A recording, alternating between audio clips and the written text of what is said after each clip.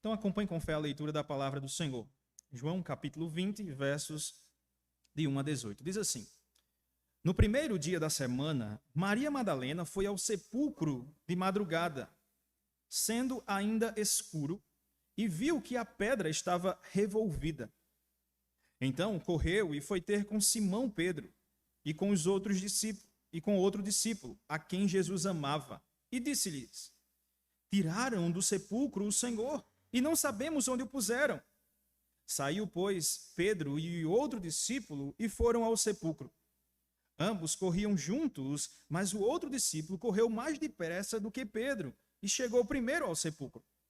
E abaixando-se, viu os lençóis de linho. Todavia, não entrou. Então Simão Pedro, seguindo-o, chegou e entrou no sepulcro. Ele também viu os lençóis e o lenço que estivera sobre a cabeça de Jesus, e que não estava com os lençóis, mas debaixo num lugar à parte. Então entrou também o outro discípulo, que chegara primeiro ao sepulcro e viu, e creu, pois ainda não tinha compreendido a Escritura, que era necessário ressuscitar ele dentre os mortos. E voltaram os discípulos outra vez para casa. Maria, entretanto, permanecia junto à entrada do túmulo, chorando. Enquanto chorava, abaixou-se e olhou para dentro do túmulo e viu dois anjos vestidos de branco, sentados onde o corpo de Jesus fora posto, uma à cabeceira e outro aos pés. Então eles lhe perguntaram: Mulher, por que choras? Ela lhes respondeu: Porque levaram o meu Senhor e não sei onde o puseram. Então, dito isto, voltou-se para trás e viu Jesus em pé, mas não reconheceu que era Jesus. Perguntou-lhe Jesus: Mulher, por que choras? A quem procuras? Ela, supondo ser ele o jardineiro, respondeu: Senhor, se tu o tiraste, dize-me onde o puseste, e eu o levarei. Disse-lhe Jesus: Maria. Ela, voltando-se, lhe disse em hebraico, Raboni, que quer dizer mestre. Recomendou-lhe Jesus: Não me detenhas, porque ainda não subi para meu Pai, mas vai ter com os meus irmãos. E dize-lhes: Subo para meu Pai e vosso Pai, para meu Deus e vosso Deus. Então saiu Maria Madalena, anunciando aos discípulos: Vi o Senhor, e contava que ele lhes dissera estas coisas. Até aqui a palavra do Senhor, que o Senhor aplique a sua palavra no nosso coração. Vamos neste momento orar e pedir a graça de Deus para o momento da exposição. Oremos. Senhor, nosso Deus, nosso Pai, nós te louvamos, agradecido, Senhor, por tua palavra, mas rogando ao Senhor que o Senhor produza fé em nossos corações, que o Senhor nos ensine nesta noite, que o Senhor nos traga ensinamentos, que o Senhor nos constranja também esta noite naquilo que precisamos mudar e que o Senhor nos encoraje esta noite naquilo que precisamos. Fala conosco, Senhor, fala o nosso coração. Faz aquilo que nós não podemos fazer, nem o pregador pode fazer, somente o Senhor pode fazer. É isso que te pedimos e fazemos isso em nome de Jesus. Amém. Queridos, tem um autor chamado C.S. Lewis, bastante conhecido. Ele escreveu um livro chamado As Crônicas de Nárnia. É um livro de literatura infantil, acho que vocês já ouviram falar, e ele ficou famoso por conta de um filme que foi feito depois, baseado no livro 2. São, na verdade, 8 livros, e no livro 2 de Crônicas de Nárnia, mais precisamente no capítulo 15, acontece que uma das crianças que está em Nárnia, o Edmundo, ele faz um trato com a feiticeira, a feiticeira que representava o mal ali em Nárnia. E ele acaba não cumprindo esse trato. Ele é penalizado. E ele é penalizado com a morte. Então Edmundo precisa ser morto. Porém, Aslan, que é o leão, que é aquele que governa Nárnia, que tem todo o poder, que dá vida a Nárnia, que criou Nárnia, Aslan, então, se entrega no lugar de Edmundo. E ele vai para uma mesa e então a turma da feiticeira vai e mata ele. Mata Aslan. E Aslan morre. E para Lúcia, a menorzinha, ela fica bastante triste com aquilo. Não só ela, mas também todas as crianças, as 4 crianças que foram, ficam muito tristes com aquilo que aconteceu. Aslan se foi. Aquele que dava vida a Nárnia morreu. Porém, quando o sol raia, Aslan aparece. Aslan ressurge. E naquele momento, Lúcia fica muito feliz, porque ela vê Aslan que ressurgiu. E ela pergunta, mas o que aconteceu, Aslan? Como aconteceu isso? E C.S. Lewis escreve no capítulo 15, Aslan falando diz, eu explico. A feiticeira pode conhecer a magia profunda, mas não sabe que há uma outra magia ainda mais profunda. O que ela sabe não vai além da aurora do tempo. Mas se tivesse sido capaz de ver um pouco mais longe, de penetrar na escuridão e no silêncio que reinam antes da aurora do tempo, teria aprendido outro sortilégio. Saberia que se uma vítima voluntária inocente de traição fosse executada no lugar de um traidor, a mesa estalaria e até a própria morte começaria a andar para trás. C.S. Lewis, ele estava inspirado numa história maior, numa história que aconteceu bem antes, quando de fato aquele que criou não Nárnia, mas todo o universo, morreu em lugar de alguém pecador. E naquele momento a mesa estalou. Naquele momento a morte começou a andar para trás. Naquele momento a morte foi vencida. O principal dos inimigos dos homens. E talvez nessa época de pandemia a ênfase esteja até maior. A morte talvez seja o pior dos inimigos dos homens. É dela que todo mundo foge. Mas Cristo venceu a morte. A morte começou a andar para trás. Essa é a realidade da ressurreição, irmãos. E é sobre isso que nós vamos falar.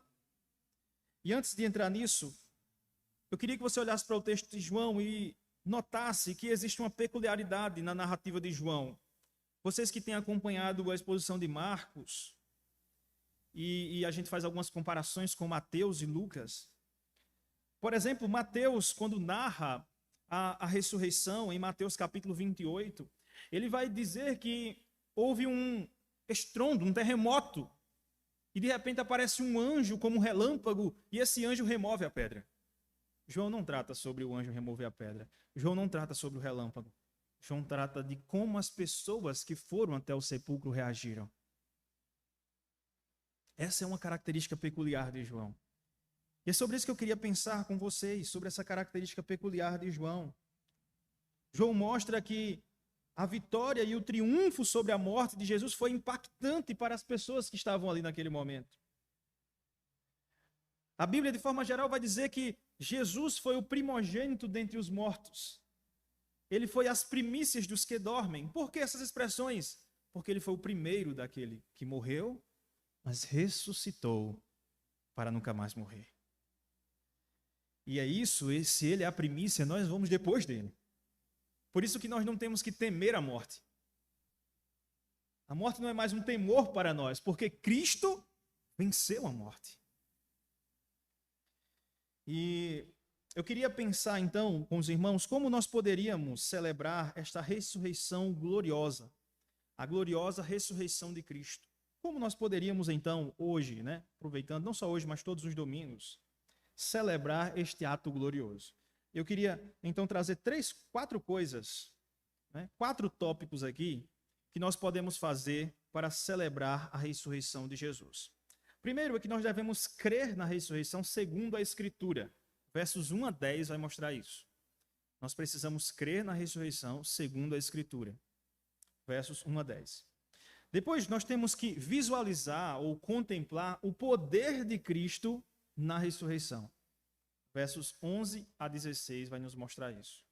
Contemplar o poder de Cristo na ressurreição. Terceiro, nós devemos compreender a eficácia da obra da ressurreição. A ressurreição, ela não só a gente consegue contemplar o poder de Deus ali, mas também nós conseguimos perceber de forma muito clara a eficácia dela na nossa salvação. Por que a ressurreição é importante para a nossa salvação? A gente precisa entender isso. E em quarto lugar, nós devemos anunciar o Cristo da ressurreição. O verso número 18 vai mostrar isso. Então, esses são os 4 pontos que nós vamos caminhar hoje nesse texto e que Deus possa abençoar e falar ao nosso coração. Então, primeiro, versos 1 a 10, nós temos que crer na ressurreição segundo a Escritura. Crer segundo a Escritura. Versos 1 a 10. Veja o primeiro verso. No primeiro dia da semana, eu acho muito interessante isso. Eu já falei disso em outra ocasião para vocês, mas os 4 evangelistas fazem questão de dizer que Jesus morreu no primeiro dia da semana. Mateus, Marcos, Lucas e João. Mas não apenas isso. Eles acabam dando uma ênfase depois. Veja você o verso 19, o verso depois do que nós lemos. Ao cair da tarde, naquele dia, o primeiro dia da semana. Naquele dia, a gente já estava implícito, a gente já sabia. Mas João faz questão de dar ênfase e dizer, aquele, lembrem-se, foi o primeiro dia da semana. Vocês devem lembrar de Atos, capítulo 20, verso 7, onde o povo se reúne para partir o pão no primeiro dia da semana. Vocês devem se lembrar de 1 Coríntios 16, 2, onde as ofertas que eram arrecadadas, elas eram reunidas no primeiro dia da semana. Vocês devem lembrar que foi nesse primeiro dia da semana que a luz raiou. A morte foi vencida no primeiro dia da semana. Hebreus capítulo 4, versos 9 e 10, também vai nos mostrar que assim como Deus descansou das suas obras, e isso foi no dia 7º, o Senhor também entrou no seu descanso. Ou seja, quando Cristo conclui a sua obra, ele entra no seu descanso. Descanso da obra da redenção. O dia que celebra a obra da redenção é o primeiro dia da semana. Eu gosto muito das palavras de Matthew Henry, um comentarista, que ele diz acerca de Maria Madalena. Esse era o primeiro dia de repouso cristão, e ela o começou da maneira correta, procurando por Cristo. Ela tinha passado o dia anterior comemorando o trabalho da criação, que era o sábado, e, portanto, descansando, mas agora ela estava buscando o trabalho da redenção, e por isso faz uma visita a Cristo, a este crucificado. Então, aqui nós temos uma coisa muito clara. Foi no primeiro dia da semana. Se queremos lembrar da ressurreição, conforme as Escrituras, nós precisamos entender que a referência é ao primeiro dia da semana. Esta é a grande referência. Nós não podemos esquecer disso. É por isso que esse dia especial a gente guarda para Deus. Aparecem 1001 outras coisas para a gente fazer nesse dia, mas a gente rejeita essas coisas para poder dedicar esse dia para cultuar a Deus. É o descanso do cristão, é esse dia, porque ele lembra da ressurreição do Senhor que venceu a morte. E é isso que lhe deixa sem medo da morte. É isso que lhe dá confiança em Deus. O texto segue, então, mostrando a incredulidade dos discípulos e que eles ainda não conseguiam entender a ressurreição conforme as Escrituras. O texto continua dizendo que Maria Madalena foi ao sepulcro e era escuro ainda, era bem madrugada, e ela viu que a pedra estava revolvida. A pedra foi deslocada, foi afastada. E uma pergunta que a gente faz é por que a pedra foi removida?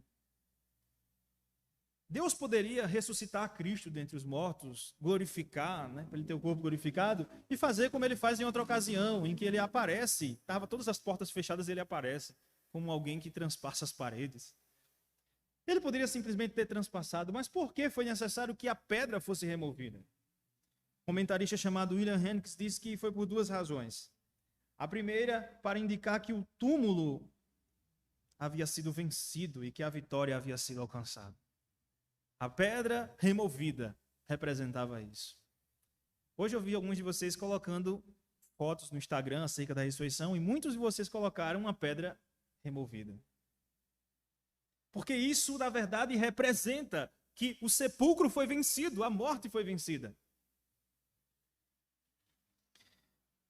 E uma segunda coisa que o Hendricks vai dizer é que isso foi para que Pedro e João pudessem entrar e contemplar tudo o que estava ali dentro. em cada detalhe, cada evidência fosse contemplada. Cada evidência da ressurreição foi contemplada.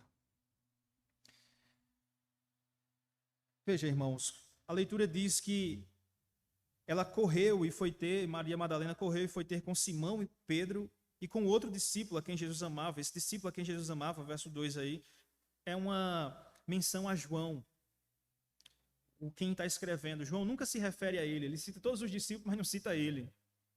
No lugar, quando ele vai citar ele diz o discípulo a quem Jesus amava, para que o nome dele não aparecesse por aqui.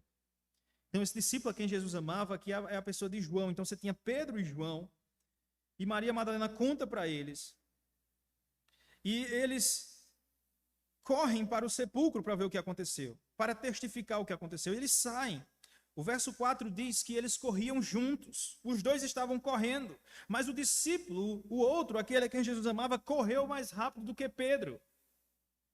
E chega primeiro no sepulcro. E quando ele chega no sepulcro, ele coloca as mãos sobre o sepulcro, ele chega na frente do sepulcro, ele olha para dentro do sepulcro. Mas ele não tem coragem de entrar no sepulcro. O texto nos diz, verso 5, e abaixando-se viu os lençóis de linho, todavia não entrou. Logo depois dele chega Pedro,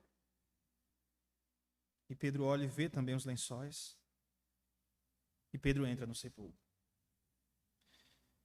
E o texto nos diz que ele também viu os lençóis e o lenço que estivera sobre a cabeça de Jesus e que não estava com os lençóis, mas deixado no lugar à parte.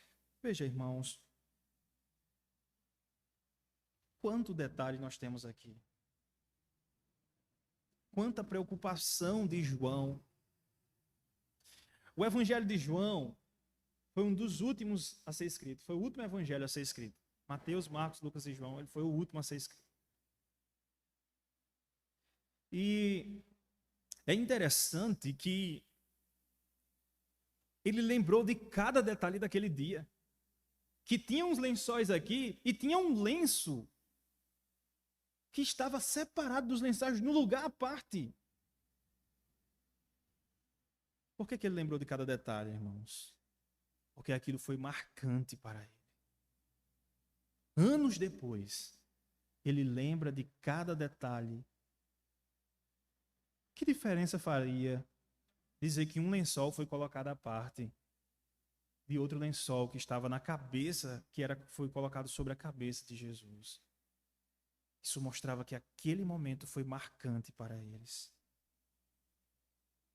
Porém, o texto continua, verso 8, veja você dizendo: então entrou também o outro discípulo, agora João entra, chegara primeiro ao sepulcro e viu e creu. Isso quer dizer o quê? Que antes ele não havia o quê? Crido. Ele passou a crer agora, quando ele viu. Se a gente olhar no verso 29 desse mesmo texto, Jesus vai dizer: bem-aventurados são aqueles que não viram e creram. João viu e agora creu. João Calvino, um comentarista do texto também, ele diz que João expressa, representa sua culpa pessoal, bem como a de seus irmãos, de uma forma ainda mais forte, acrescentando que não só tinha esquecido as palavras de Cristo, mas que também não criam nas Escrituras. Veja o que diz o verso 9.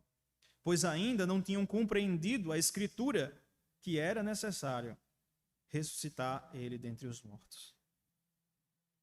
Os discípulos, lembram aí de Marcos, do Evangelho de Marcos? Ouvindo Jesus, ouvindo as palavras de Jesus, mas ainda o seu coração estava endurecido. Os seus olhos ainda não tinham sido completamente abertos. Mas aqui, agora, eles viram e creram. Eles creram na Escritura. Creram que Jesus havia de ressuscitar segundo a Escritura. Talvez eles lembrassem de passagens como Salmo 16:10, pois não deixarás a minha alma na morte e nem permitirá que o teu santo veja corrupção. Ou talvez Salmo 110:1, que diz: disse o Senhor ao meu Senhor, assenta-te à minha direita, até que eu ponha os meus inimigos debaixo dos teus pés. Ou quem sabe Isaías 53, 11, ele verá o fruto do penoso trabalho de sua alma e ficará satisfeito. O meu servo justo, com seu conhecimento, justificará muitos, porque as iniquidades deles levará sobre si. Talvez eles não lembrassem desses textos das Sagradas Escrituras, nem lembrassem das palavras de Jesus. Vocês devem lembrar que lá em Marcos, capítulo 8, né, na segunda temporada de Marcos, que a gente iniciou, Jesus disse que ele teria que ser rejeitado, que ele deveria ser também o quê? Morto, mas que ao terceiro dia ele ressuscitaria. Mas ele não creram nisso. Porém, agora, ao ver aquilo, a ficha caiu e eles creram. E esta crença em Jesus, conforme diz as Escrituras, traz para nós uma tranquilidade. Veja o que acontece no verso 10. E voltaram os discípulos outra vez para casa. Então eles vão para casa, eles descansam agora nesta verdade. Eles não têm por que ficar lá no túmulo, remoendo, porque eles entenderam já a verdade. Que Jesus havia de ressuscitar dentre os mortos, conforme diz as Escrituras. A crença na verdade de Deus nos traz descanso e tranquilidade. E a crença na ressurreição também traz isso. A certeza de que um dia nós seremos ressuscitados e estaremos juntamente com Cristo. Crer na ressurreição, conforme as Escrituras, traz descanso para nós. Se, em primeiro lugar, nós devemos aproveitar esse momento para crer segundo as Escrituras, em segundo lugar, nós devemos aproveitar esse momento para visualizar ou contemplar o poder da ressurreição.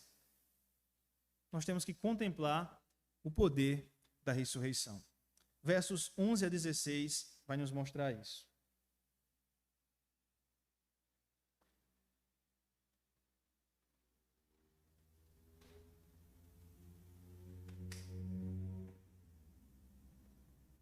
Versos 11 a 16. O texto começa falando de Maria. Maria, entretanto, permanecia junto à entrada do túmulo, chorando. O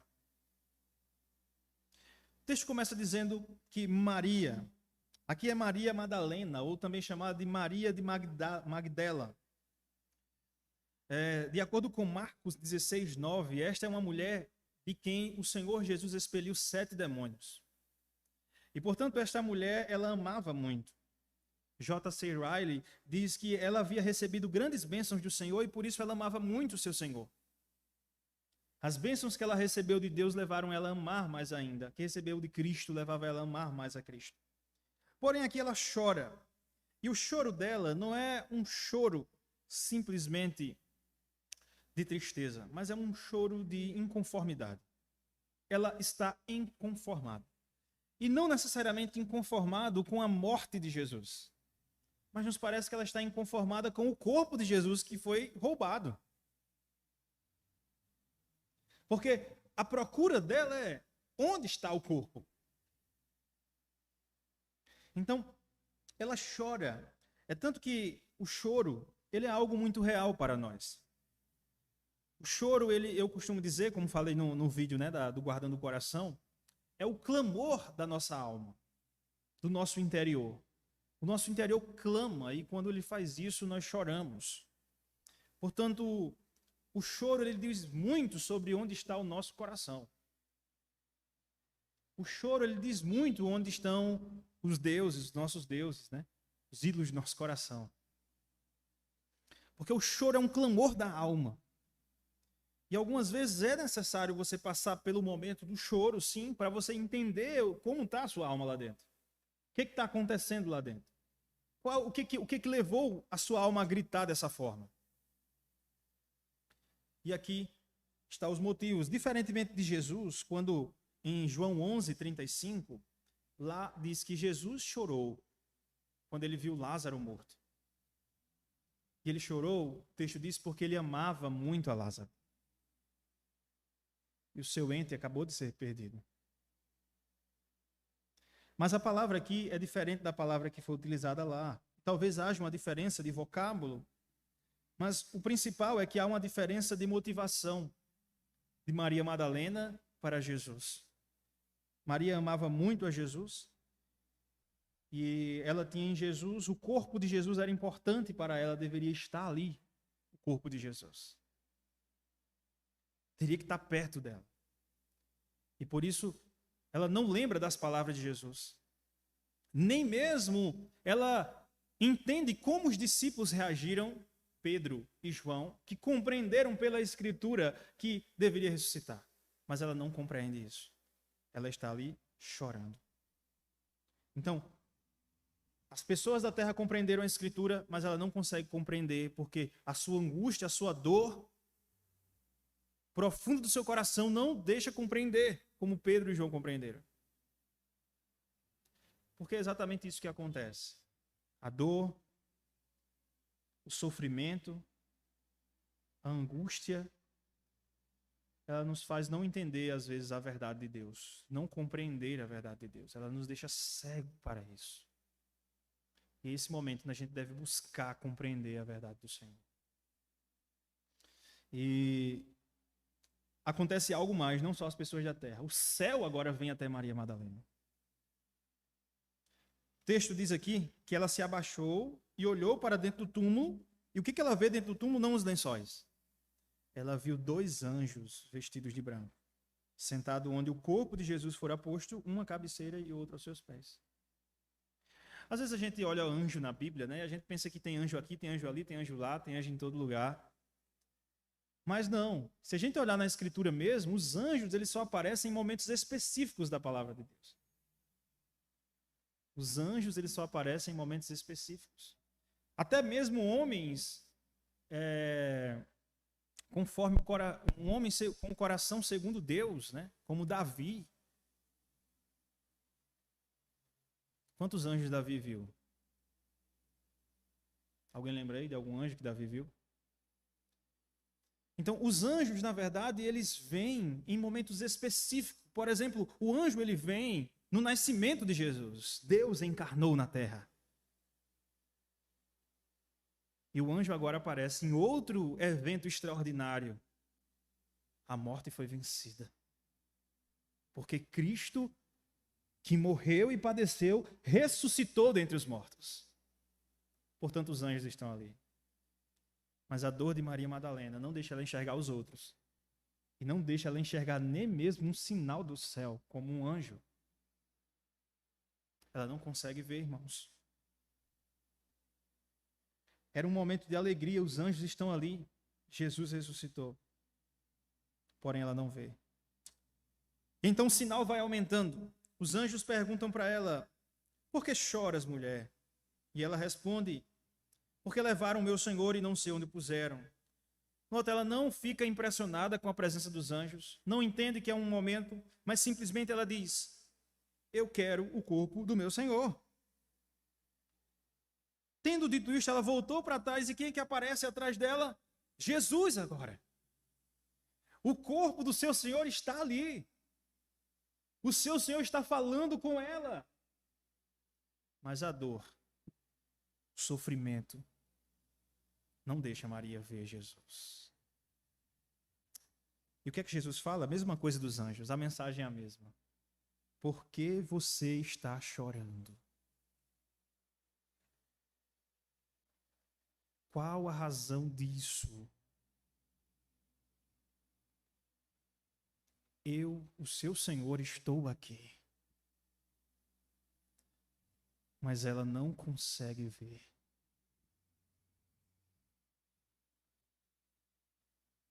Ela não consegue ver. E Jesus diz: a quem tu procuras? Jesus vai no fim.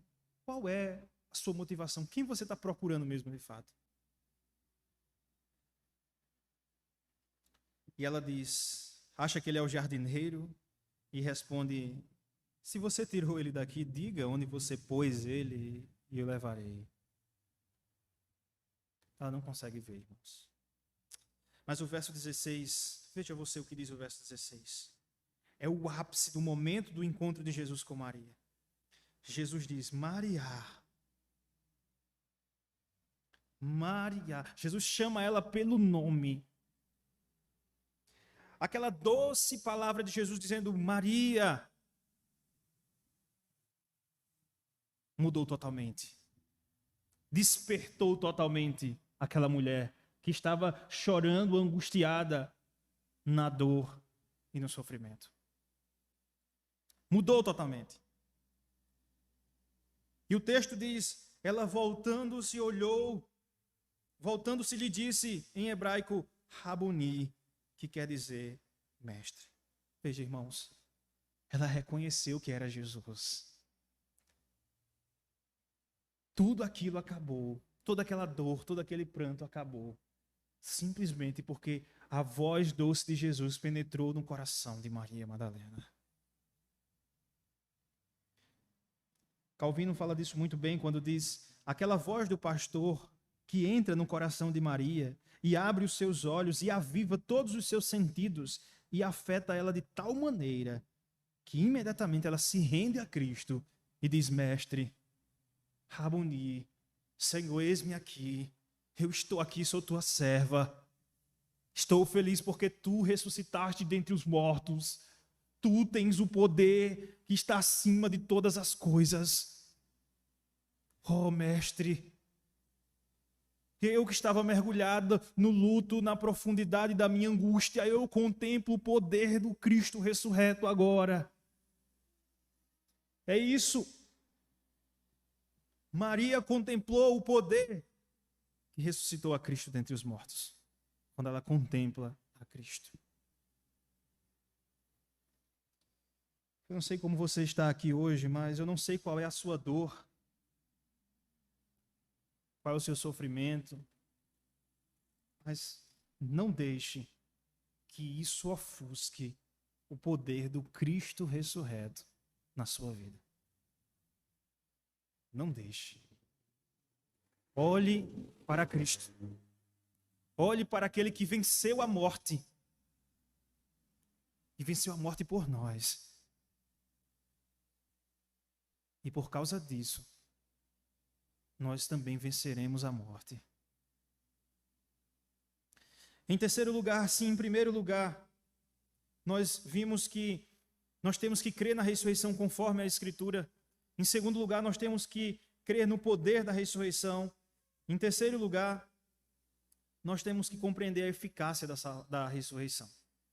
A ressurreição não só revela o poder de Deus a qual nós devemos olhar e fitar os nossos olhos, mas a ressurreição também, ela tem uma característica especial, porque ela faz parte da eficácia da obra da redenção em nossas vidas. A obra que produz salvação em nós. Note você no verso 17, como o texto nos diz, recomendou-lhe Jesus, não me detenhas, porque ainda não subi para meu Pai, mas vai ter com os meus irmãos, e disse-lhe, subo para meu Pai e vosso Pai, para meu Deus e vosso Deus. Esse texto mostra que Jesus diz, olha, você não precisa me prender aqui, Maria, eu sei que você quer muito ficar perto de mim, você está muito feliz porque eu estou aqui, mas você não pode me deter, você não pode me segurar aqui, porque eu ainda não fui para o meu Pai. E ela pede que ela possa contar isso aos discípulos também. Na verdade, ele usa uma outra expressão aqui, não é discípulos, né? Ele usa a expressão irmãos. E certamente Jesus já tinha falado sobre isso, que ele iria subir para o Pai. Em João 14, por exemplo, diz, não se turbe o vosso coração, credes em Deus, credes também em mim. Na casa de meu Pai há muitas moradas. Senão eu não teria dito que eu vulo, teria dito, eu vou para o meu Pai, mas depois eu vou voltar para estar com você. Então, ele disse que ia para o Pai. Porém, ele está dizendo para os discípulos, eu ainda não fui. Eu morri, ressuscitei, estou aqui. Então, avisem aos discípulos. Então, primeira coisa que está claro aqui é que Jesus não estaria presente com Maria Madalena como ela queria. Que ele ficasse fisicamente ali, perto dela. Mas agora, ele estaria presente não só com Maria Madalena, mas com todos, através do seu Espírito. Ele estaria com o povo de Deus até a consumação dos séculos. Ele está aqui hoje conosco. Ele habita através do seu Espírito dentro de nós, dentro da igreja do Senhor. Nós somos o corpo de Cristo. Os teólogos chamam isso de união mística da igreja e de Cristo. Nós estamos unidos a Cristo. E isso acontece por causa da ressurreição. É isso que ele está falando a partir de agora. Vocês, veja as expressões como aparecem. Vai ter com os meus irmãos. Jesus se refere aos discípulos como irmãos. Você pode dizer, será que Jesus não está falando dos irmãos de sangue dele aqui? Conforme nós já vimos em Marcos? Me parece que não, porque Maria Madalena obedece a Jesus e o verso 18 diz, veja você, que ela foi anunciar aos discípulos. Então, a referência a irmãos no verso anterior é uma referência aos discípulos. E, curiosamente, é a primeira vez no Evangelho de João que Jesus se refere aos seus discípulos como irmãos. Antes disso, não. Antes disso, por exemplo, em João, capítulo de número 7, versos 35, João 7, 3 a 5, mostra que há uma distinção entre os irmãos de Jesus e os discípulos de Jesus. Os irmãos eram aqueles de sangue. Em João 15, 15, Jesus diz, não mais vos chamo servo, mas vos chamo amigos. Jesus chama eles de amigos. Mas até então, irmãos, não. O que o texto está querendo dizer?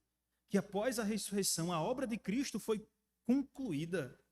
E, portanto, aqueles homens agora são irmãos de Jesus. Mas não apenas irmãos de Jesus. Eles são filhos do Pai de Jesus. E é isso que ele diz aqui quando ele diz, eu subo para meu Pai e vosso Pai, para meu Deus e vosso Deus. A obra da ressurreição de Cristo nos torna co-herdeiros com Cristo. Ou seja, nós temos a mesma herança de Cristo agora. Romanos capítulo 4, 25, vai nos dizer que a redenção e a justificação estão muito claras na obra da ressurreição. Quando diz, o qual foi entregue por causa das nossas transgressões, mas ressuscitou por causa da nossa justificação. Nós somos declarados justos por conta da ressurreição de Cristo. Então, a ressurreição ela é eficaz. Muitas coisas aqui a gente vai ver no nosso estudo da sexta-feira sobre justificação e outras coisas mais. Na sexta-feira nós temos os nossos estudos temáticos, né, sobre as obras. Convido você a não faltar. E nós vamos chegar nessa parte de justificação também. Mas a ressurreição ela tem uma ligação direta com a obra da justificação. E em quarto lugar, sim, em primeiro lugar, nós temos que crer na ressurreição conforme a Escritura. Em segundo lugar, nós temos que crer no poder da ressurreição. Em terceiro lugar, nós temos que crer na eficácia da ressurreição na obra salvífica. Em quarto lugar, nós temos que anunciar o Cristo que ressuscitou. Olha o que Maria Madalena faz no verso 18. Ela saiu e anunciando os discípulos, vi o Senhor e contava que ele lhe dissera estas coisas. Veja, irmãos, ela não guardou aquela informação para ela, mas ela anunciou aquela informação. Se é uma coisa que nós podemos fazer nesses dias de Páscoa, é exatamente anunciar o Cristo ressurreto. É aproveitar esse momento em uma conversa com amigos, com familiares, e anunciar o Cristo ressurreto. Hoje é a Páscoa. Você sabe o que é a Páscoa? Você sabe o que é a ressurreição? Deixa eu te falar um pouco sobre o poder do Cristo ressurreto. Deixa eu te falar um pouco sobre o Cristo que ressuscitou. E somente nele nós conseguimos vencer a morte. Nele o temor da morte se esvai. A gente tem que aproveitar para anunciar. E como é que Maria faz isso? Ela diz, vi o Senhor. Ela diz, eu vi, eu contemplei o Senhor. É a forma que ela anuncia. E eu ouvi o Senhor. Ela conta tudo o que ela ouviu de Jesus. Ora, irmãos, como é que eu posso então falar do Cristo ressurreto? O que você está ouvindo agora da parte de Deus? É isso que você deve compartilhar. Não só compartilhar com os amigos, no tete a tete, mas testificar até mesmo nas redes sociais, que é uma ferramenta que temos hoje. Divulgar a mensagem do Evangelho. Você vai estar falando do Cristo ressurreto para outras pessoas. E ainda que pareça ser uma coisa muito pequena, uma simples palavra verdadeira da Escritura Sagrada, ela causa impacto naquelas vidas. A mensagem da ressurreição é algo central na pregação do Evangelho. 1 Coríntios 15, 14 diz: se Cristo não ressuscitou, é vã a nossa pregação e vã a nossa fé. Se não houve a ressurreição de Cristo, então a nossa pregação aqui não vale de nada. Nem a nossa fé. É por causa da ressurreição de Cristo que nós cremos, nós seguimos, nós somos o povo do pacto. Então, que nós possamos aprender com tudo isso, que nós temos que crer na ressurreição conforme diz as Escrituras, que nós temos que lembrar do poder do Cristo ressurreto, que nós precisamos lembrar que não há nada que supere o poder do Cristo ressurreto. Eu não sei se é a sua dor, eu não sei se é um pecado. Talvez você tenha um pecado que lhe assedia há muito tempo e você tem lutado contra esse pecado e você diz: pastor, não está mais, eu não consigo vencer esse pecado. O poder do Cristo ressurreto te faz vencer este pecado. É preciso olhar para Cristo, porque este poder ressuscitou a Cristo dentre os mortos. Então é um poder no qual nós podemos vencer, no qual nós temos que nos apegar e vencer com Ele. Não podemos esquecer da eficácia da ressurreição na obra da redenção e também não podemos esquecer de anunciar. Que o Senhor possa, nesse dia em que muitos celebram a ressurreição de Cristo, nós possamos também celebrar, mas nós possamos celebrar com muita alegria, crendo no poder de Cristo e anunciando o Cristo ressurreto. Vamos orar neste momento. Senhor, nós te louvamos neste momento por esta palavra tão incisiva, tão importante para nós. Obrigado, Senhor.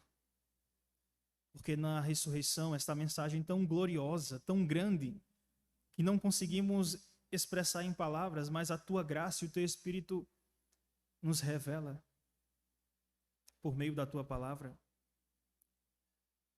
Este poder tão sobrenatural que nos faz vencer os nossos pecados, que nos faz vencer os momentos difíceis, a dor e o sofrimento. Ó Deus, que isso seja real em nossas vidas. Nos ajuda, Senhor. É isso que te pedimos e fazemos isso em nome de Jesus. Amém.